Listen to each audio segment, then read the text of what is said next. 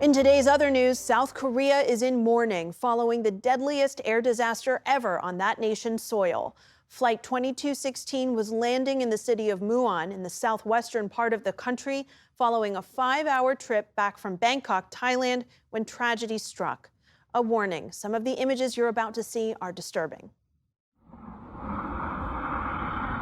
At 9:03 a.m. at Muon International Airport, a Jeju Air passenger plane sped down the runway, its front landing gear nowhere in sight, and slammed into a concrete wall, bursting into flames.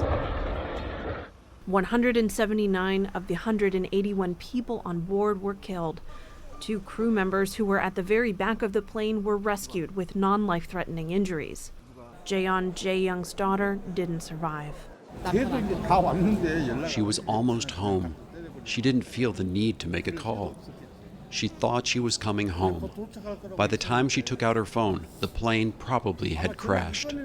Jeju Air's CEO offered contrition but few answers. Firstly, I bow an apology to everyone who has cherished Jeju Air. Above all, I want to give my sincere apology and condolences to those who have lost their lives in the accident and their families. At the moment, it is hard to presume the cause of the accident. We have to wait for the official investigation result from the authorities. Investigators are still combing through the debris of the Boeing 737-800, trying to piece together what happened. South Korea's transport ministry says a control tower warned the plane against possible bird strikes, and the pilot sent out a distress signal shortly before the crash. The U.S. sent a team of investigators led by the National Transportation Safety Board to assist. In a post on X, Boeing said they were in contact with Jeju Air and extended their condolences. The disaster comes as Seoul is embroiled in an unprecedented political crisis triggered by successive impeachments of the country's top 2 officials. The Deputy Prime Minister Choi Sang-mok is now the acting president.